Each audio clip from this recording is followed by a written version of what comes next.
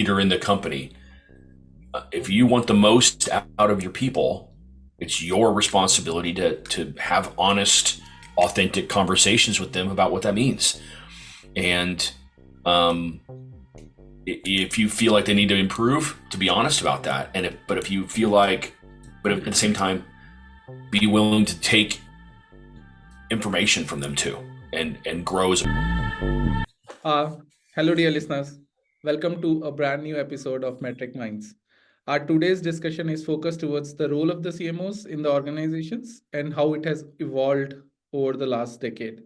I'm your host Anand, and today we have a remarkable guest with us, Trice Alford. Trice is a fractional CMO and strategic marketing expert who has helped multiple startups and SMBs build their brands and grow. With experience in driving growth and aligning marketing strategies, Trice knows how to navigate the challenges of today's markets better than most of us. In addition to that, Trice dedicates his time in fostering community and collaboration among the marketing leaders as the Kansas City chapter president of CMO Collaborative. This role highlights his commitment to supporting peer CMOs through sharing experiences and strategies. Uh, Welcome to the podcast, Trice. Hey, thanks for having me.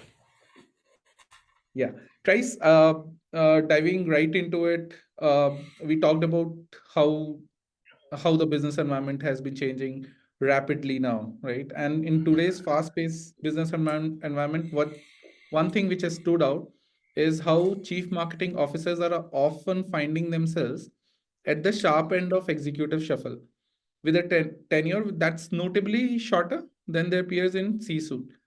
Our listeners would love to hear your views on why CMO roles are becoming increasingly transient and what this actually means for the future of marketing leadership. Yeah, so it is shortening quite a bit in comparison to their peers, and I think there's a lot of reasons why, and we can't go into all of them today, but a lot of it has to do with the fact that CMOs are asked to, quantify so much more than they used to be, and because of that shift over the last, decade or whatever, to maybe even longer, performance marketing and metrics around digital have become sort of their standard. And while that is a big piece of what involves marketing, it's not holistic. And the stuff, and so a lot of companies want to focus on those things because they're measurable. And instead of doing the full gamut of things, even though the full gamut might help them. So that's problematic because even though that's all true, it's not necessarily all something that's easy to attribute to revenue. And I think where it comes down to is the pressure for CEOs and CFOs to account for revenue is so big. And to be honest, it's as much pressure at a startup as it is as a multi-billion-dollar company. So it's and so that attribution is really, really difficult. There aren't a lot of great tool sets that allow people to integrate systems. And then I think in addition to that, you find that CMOs are sort of becoming this like hybrid of like technology people as well as marketers. And because there's just so many technology systems now to utilize to do very specific things, email or social or whatever it may be. And now you're trying to integrate systems that aren't maybe natively meant to speak to each other. And that's Right. really tough. And so I think just the accountability is just different because CEOs want to hold on to their jobs, obviously, just like any of us would. And if you're you're a CEO and you're 3 years into it with a CMO and your revenue hasn't done what you thought maybe it should do, maybe they're partially responsible, maybe they're not, because it's, sales and marketing and operations all working together to make things happen. But maybe the lever you pull is let's get another CMO in here and see what they can do, because your CEOs just always have in the back of their mind a question of are we doing it right? Are we doing enough? What's my competitor doing that I'm not doing? Do I have the right people? And so they can't help but question CMOs. It's just part of the gig. And I think I think honestly also the fact that there's so much availability of great marketing talent that it's really, really easy to run into somebody that you're like, I like this person a lot. Let's make a change here Mhm. because we're doubting things here, and I really like this person here, and so um, so it's as much on the CEO as it is the CMO. But I'll tell you the key thing is it doesn't make a difference what size your organization is. The personal relationship between a CMO and a CEO is the most important thing. The trust, the knowledge, the information, the systems, the planning, everything that it takes to be a great organization utilizing marketing or even being marketing led requires that relationship to be strong. And in most cases, that's where it fails. And in my personal experience, like anytime I have felt like there's been pressure to maybe see the writing on the wall that this is not really a great fit anymore, it's been because something's changed with that dynamic. And that's not, I could point to a million things that could say that's a variable in there, but push come to shove, it comes down to my relationship changed with the CEO or was never great, but at least there was mutual respect. And performance be what it is, maybe is what the reason was. But in other cases, I've moved up because that performance has been great too. And so, just to prove the fact that those two things together are what really makes the whole dynamic work. So, if out there your audience is either marketing folks trying to understand how to become CMOs or what's important, they already know some of this, but if they're looking to become CMOs, this is the key. It's still relationship development skills. It's just like if you were in sales with customers, it's trying to understand what's valuable and important to the company and CEOs, and how do you support that. and Right. and then secondly to that, it's being a great marketer. I think so. um, I'm condensing a lot of information into a little bit of time, but I think that gives everybody a good understanding. And if you're a CEO out there, sorry, the other part of my point was, if you're a CEO out there and you're looking at your customers, your team, and your CMO, and you're questioning, I think as the leader, it's your job to really understand what's the problem here. Is there a problem? What's the variable? And is it that I just don't have a great relationship with this person and I need to have a better one? The honest truth, I guess, is most times it's that, and it's as much their responsibility as it is yours. But as the leader in the company, if you want the most out of your people, it's your responsibility to have honest, authentic conversations with them about what that means. And um, if you feel like they need to improve, to be honest about that.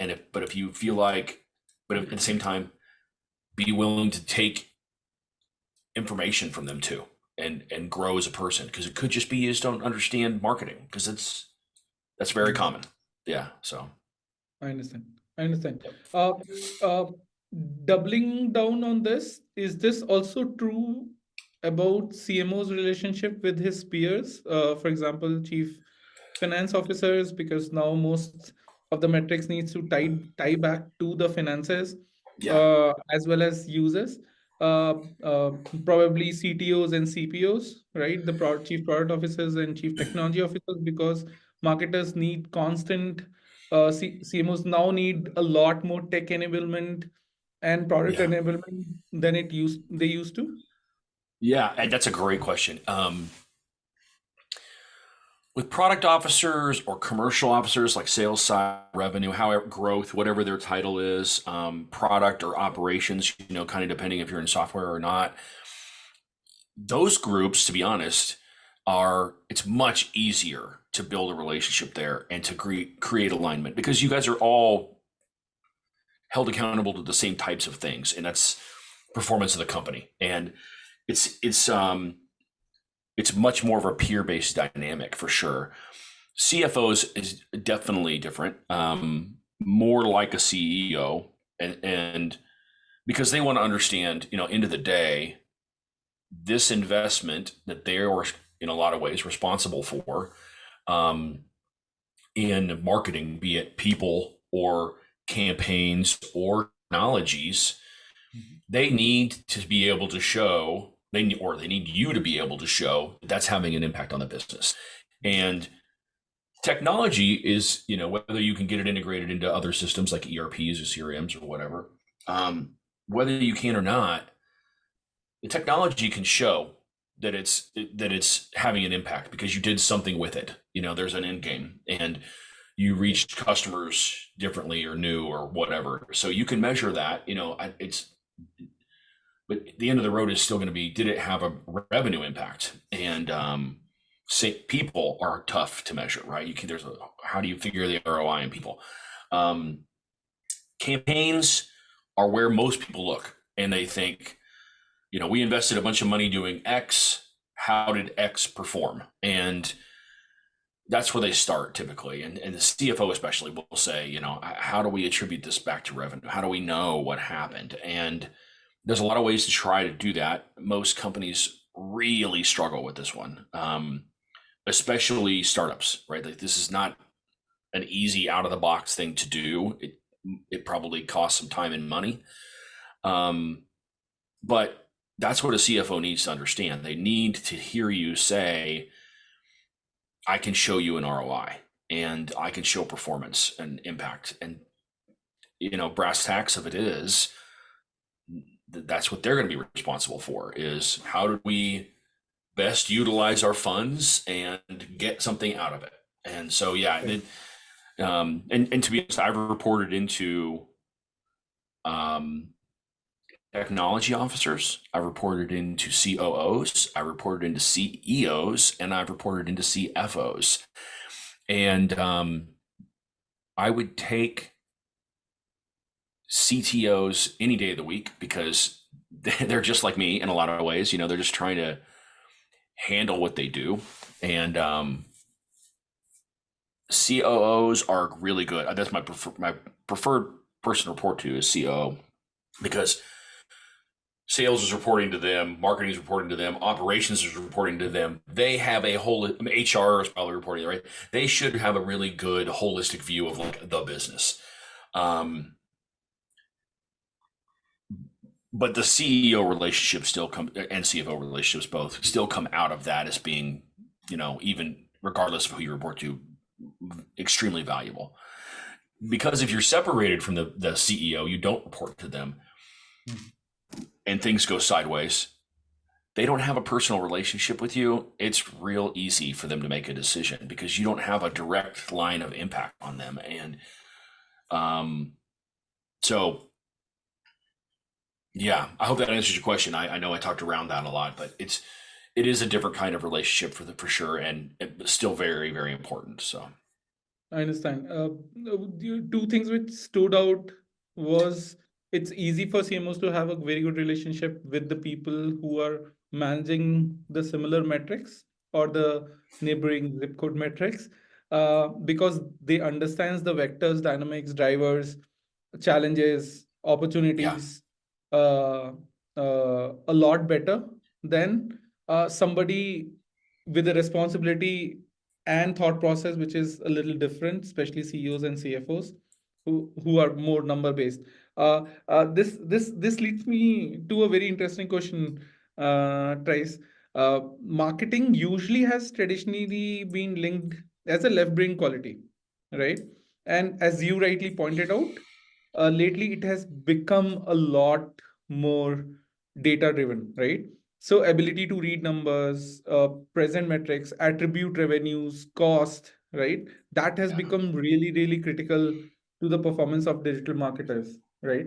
Uh, uh, how how well digital marketers are really doing and what can they do to do a lot better on this new set of capabilities and new set of expectations, I would say, not only from the CEOs, the leadership, but from themselves, because I believe that in order to grow and in order to perform well, they would need this handle. They would need to have a very, very good handle on the numbers and metrics. Yeah, you're exactly right.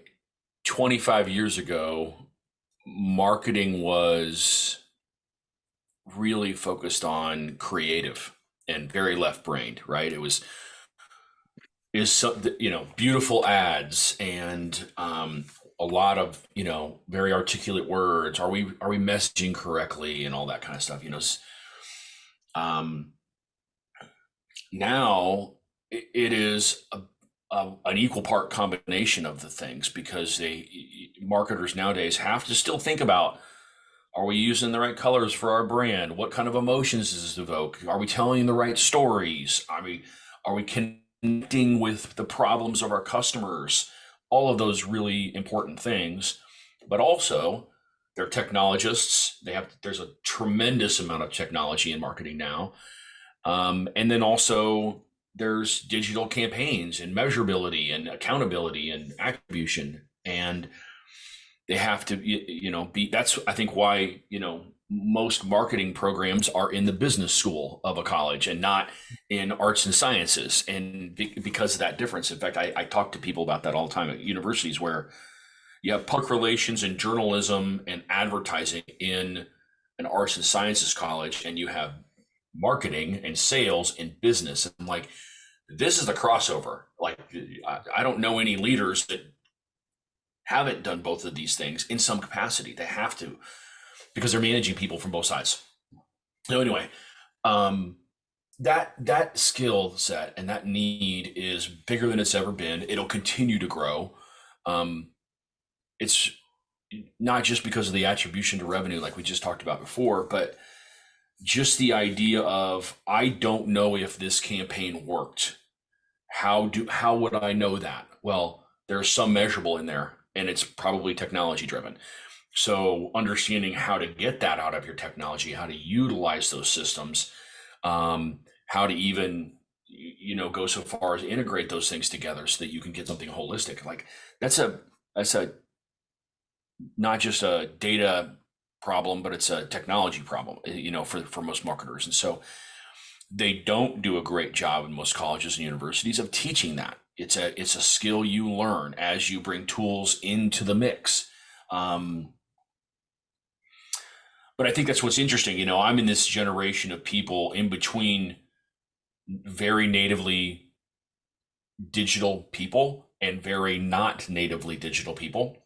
And in my peer groups, that's actually this is actually one of the biggest things that comes out of it is a lot of people talking about, I never had to learn how to do these things, and now I'm having to learn them.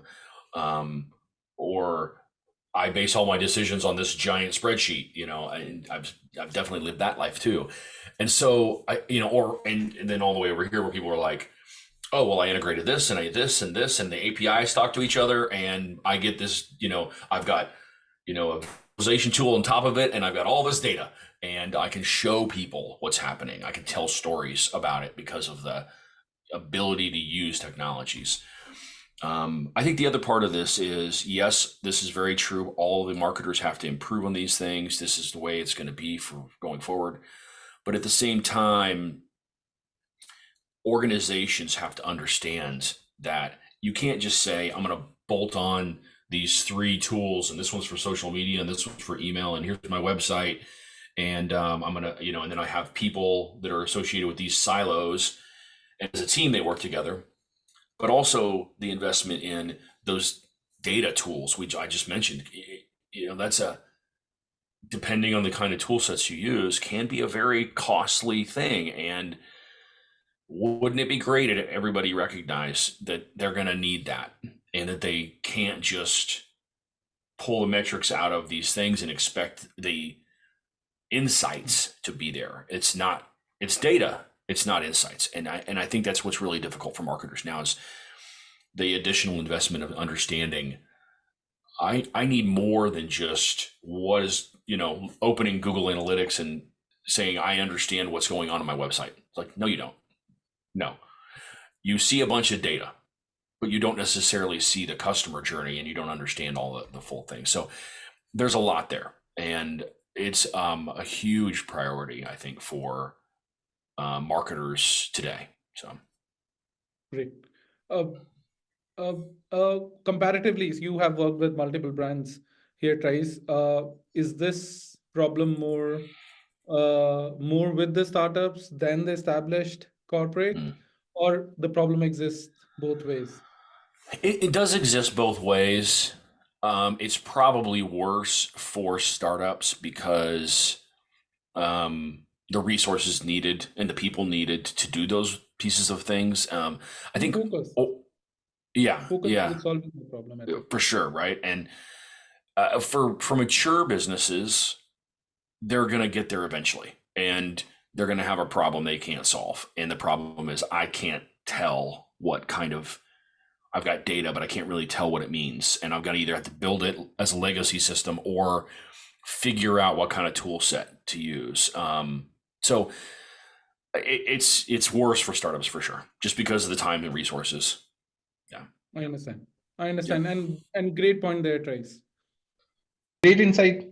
Great insights, Trice. Uh, loved the way you have connected the emergence of the data and the systems to the performance of the digital marketers. Based on your own personal experience, and I'm connecting the dots between the last two parts.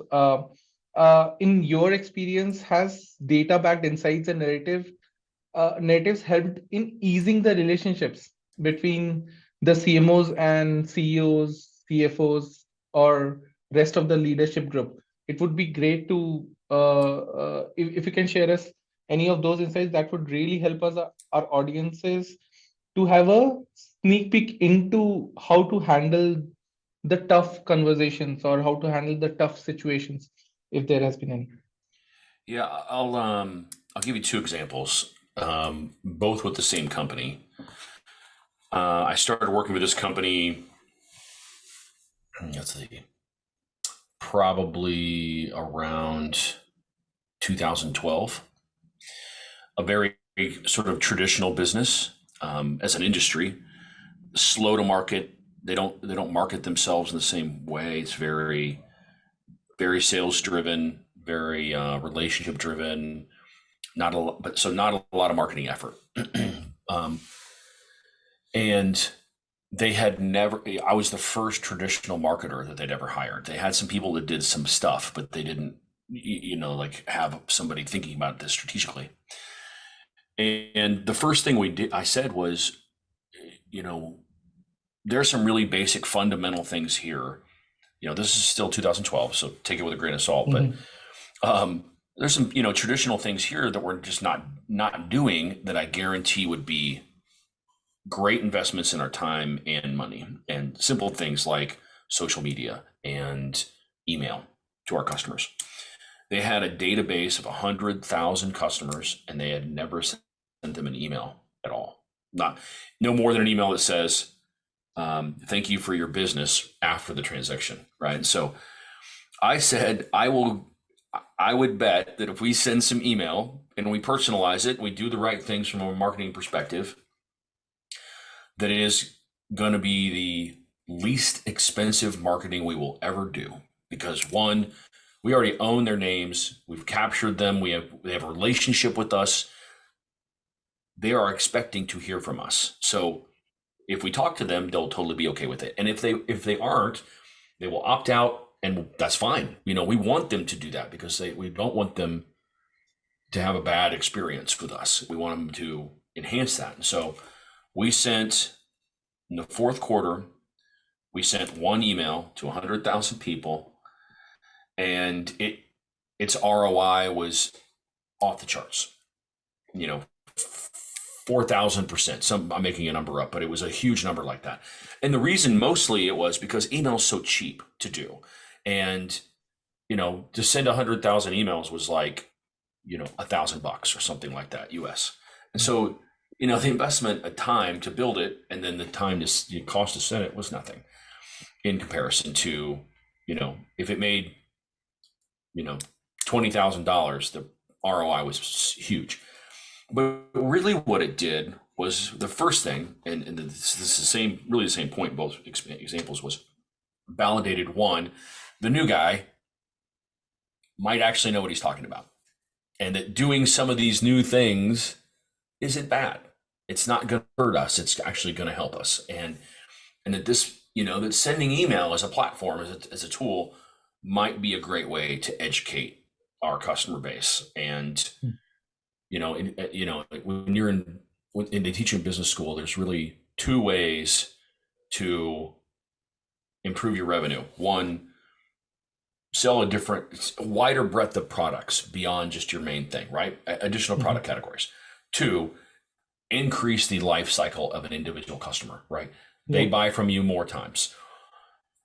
Well, if you can, if the average in this business, the average customer calls for service or some need once every 5 years. Well, if you could just shorten that to 4 years, that means every 20 years you get an additional piece of revenue from that customer that you were not going to get.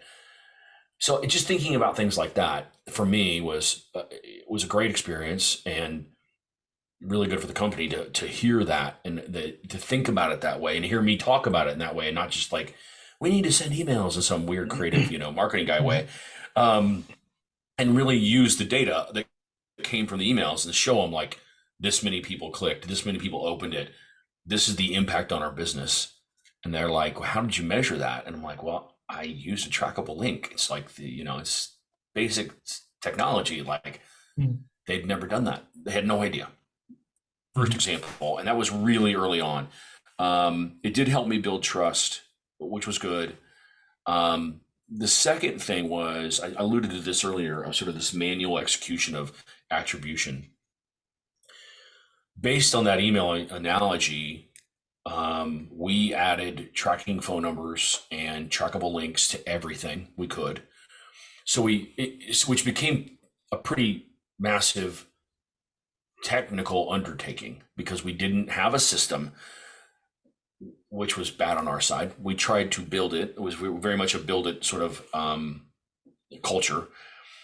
And so it took us a long time to get that right. But once we had it right, I had this massive spreadsheet that could show the business performance of individual categories, not the campaigns themselves per se, but like, let's say I was doing Google ads, I would see Google ads and the performance of them and revenue, income, the whole thing.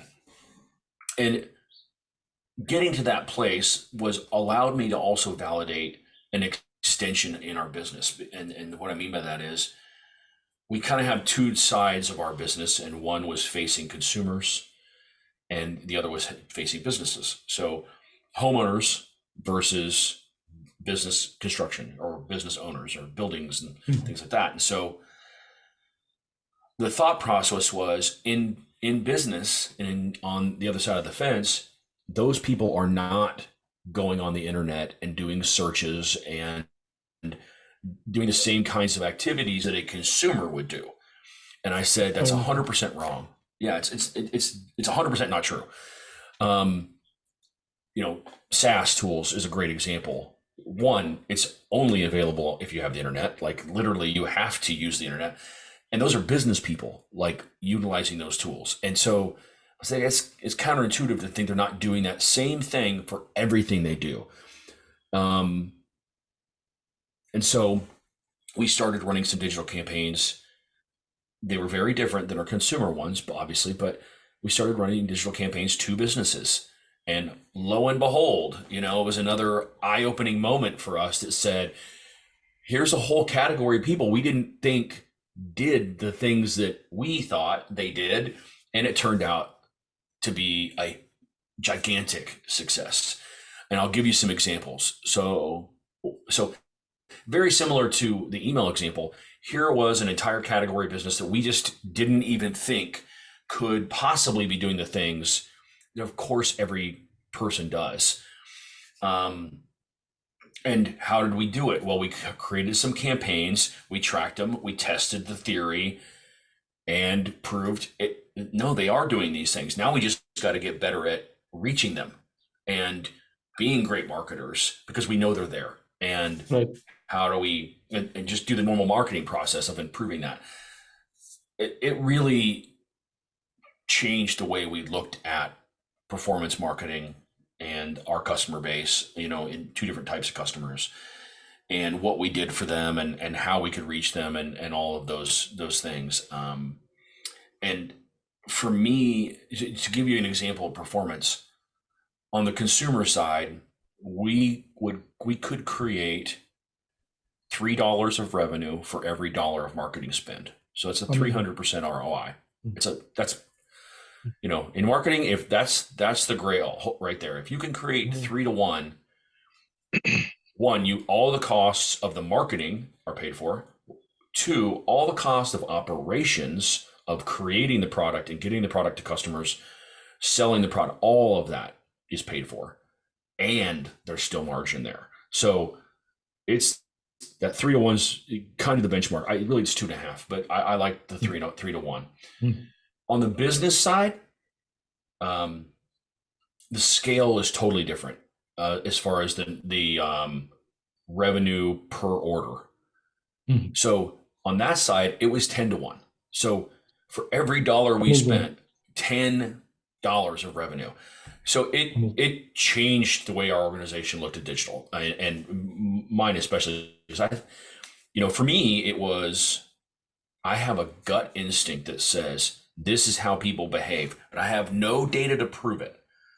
And then I go and do these campaigns, and I'm like, well, now I have data that proves it. So now I want to do this everywhere, and I want to test all kinds of variations. So it turned out in Google Ads, we had on our business side, we had 1,000 terms that we were buying, just a massive number.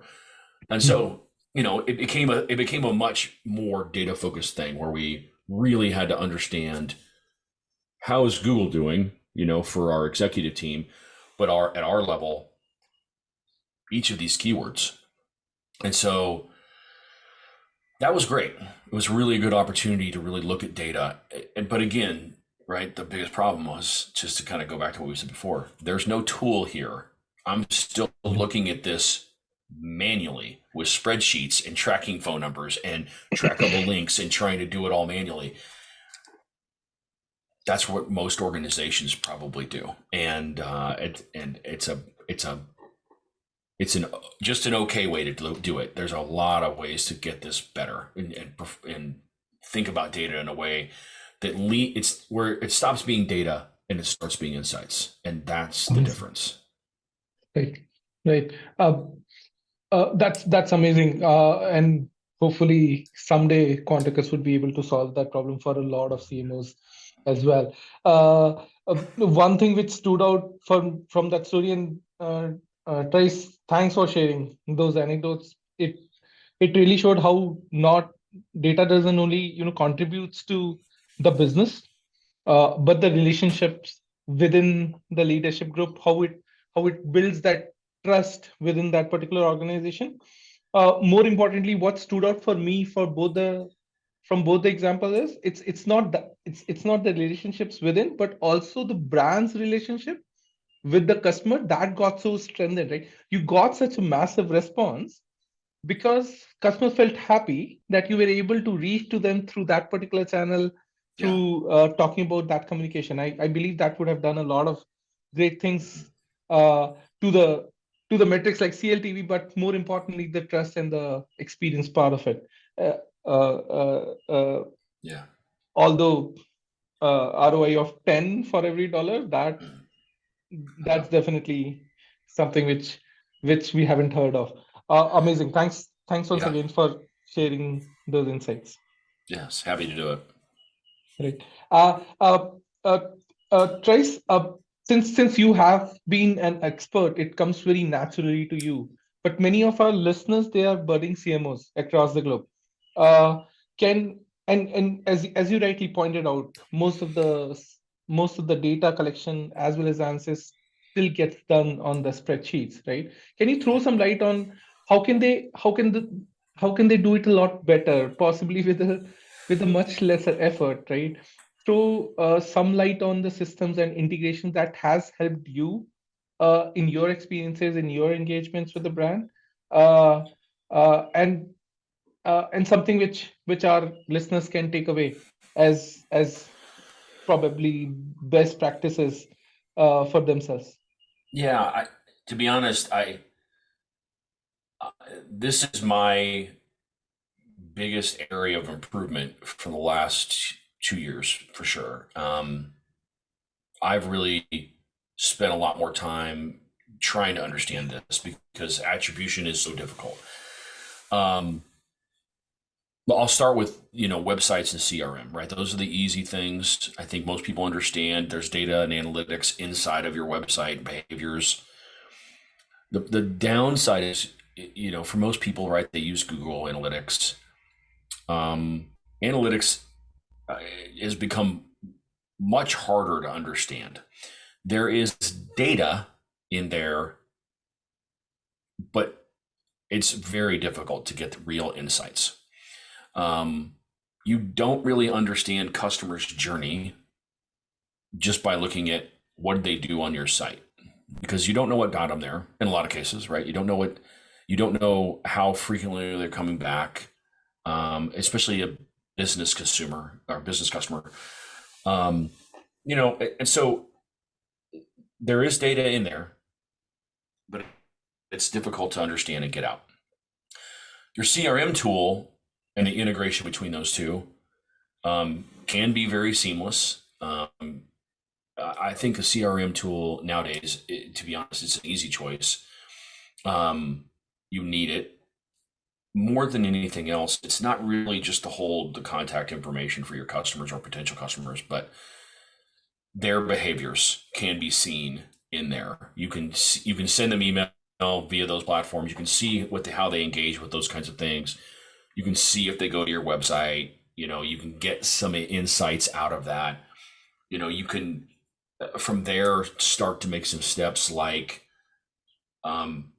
what's happening from an SEO perspective inside my site. How are my terms, my site impacting people when they search? Is that having an impact on my business? You can start telling stories that say, we know some things. The more you can integrate cross platform pieces of data together to tell a comprehensive story, the better off you are. And then later on, when you start really doing campaigns, whether that's organic campaigns like within social media or paid campaigns across social or digital or video or whatever you choose, webinars, whatever, at least then you can start to say, okay, I can see at the anecdotal level for one customer, they are hitting us in all these different places. And you can start to do some lead scoring and understand their value and understand how close they really might be to converting to you and need a conversation. So you can really change your behavior with them based on understanding a lot of this stuff. And so I think systems are incredibly vital now, especially if you're a SaaS-based tool in any way, shape, or form. It's a no-brainer at that point. And then second, like attribution. This is the hard part.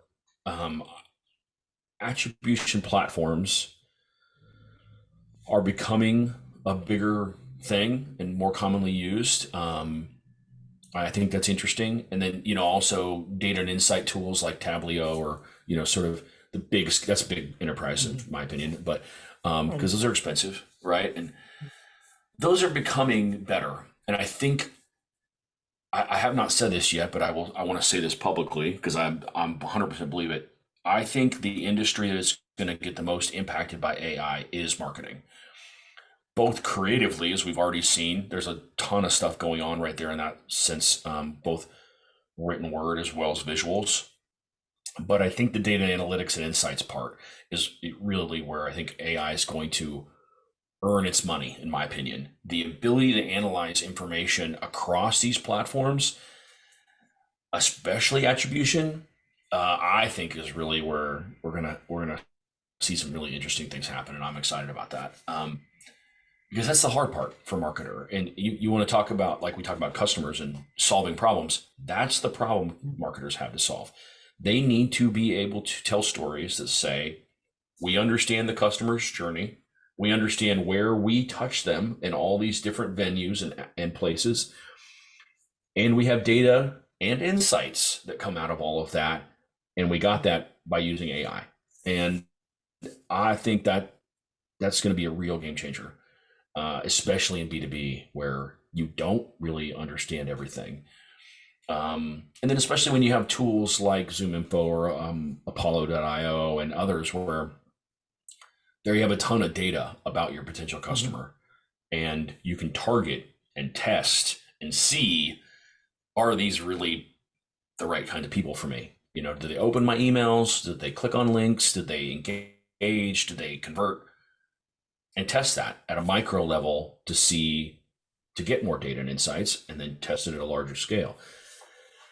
I think that's really interesting stuff. And so, in my opinion, that's why I've spent so much time there in the last couple of years. Because one, there's a lot of traction to be had in there, and you're not just spending money on a bunch of campaigns to test things like what I did in the old days, right? Like I had a theory that there were customers there that could be doing a thing. Let's spend some money and figure it out. Versus maybe going a less expensive route to test and see how they can, see how they behave, and then go into some scale with some campaigns and stuff like that. So it's a very long-winded answer, I know, and then there's a lot more there, but I think that's the key is, it's the operations side of marketing where you start to really understand, how do these systems talk to each other? What are the best tools? How do we use these tools? And what do they tell us about our customers?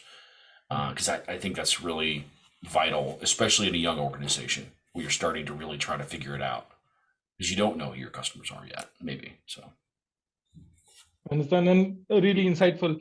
To be frank, at Quanticus, our mission is to bring not just the data part, but the insight part to the data marketer, where he doesn't have to understand all the maths and the stats part of it in form of a conversational AI. So, coming from you, Trice, it's really encouraging, and I would like to believe a lot of CMOs, a lot of budding CMOs, our listeners would benefit a lot from your experiences.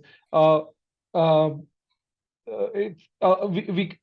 can continue like this talking to you for hours, but this has to, as they say, all good things has to come to an end. And it's been amazing having you on our podcast, Trice. And I believe and I know that for our viewers and for our audience as well, this would be a great learning experience.